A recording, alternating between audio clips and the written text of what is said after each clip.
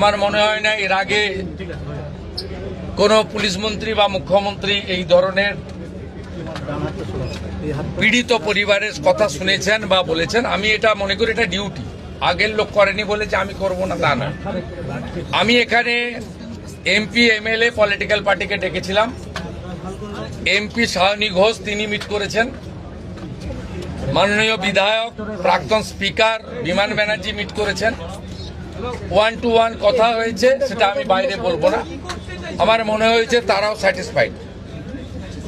বিজেপির 3 জন MLA meet করেছেন, গোসাবার বিকর্ণ নস্কর, রূপা গাঙ্গুলি এবং দেবাশিস ধর। তারাও কিছু বক্তব্য আমাকে বলেছেন। তাদেরকেও আমি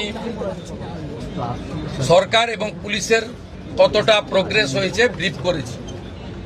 আমার বিশ্বাস, এবং এখান থেকে আমি ভার্চুয়ালি গোটা রাজ্যের সমস্ত থানার সঙ্গে যুক্ত হয়েছি, আমি তাদের পরিষ্কার বলেছি যে ঘটনা রোধ করতে হবে এবং প্রপার আপনার যে প্রসিডিওর আছে, ভারতীয় ন্যায় সংহিতা, সুপ্রিম কোর্টের একাধিক গাইডলাইন, জাতীয় মহিলা কমিশন, জাতীয় মহিলা শিশু রক্ষা কমিশন, পস্কো অ্যাক্টের আওতায় যে গাইডলাইনগুলো আছে, হিউম্যান রাইটস কমিশনের যে গাইডলাইনগুলো আছে, রাজ্য সরকারের যে বর্তমান সরকারের যে মনোভাব, বারে বারে মুখ্যমন্ত্রী যে কথাগুলো বলছেন, তার মন্ত্রীরা বলছেন, ডিজিপি যে নির্দেশ দিচ্ছেন, এগুলো আপনাকে ফলো করতে হবে।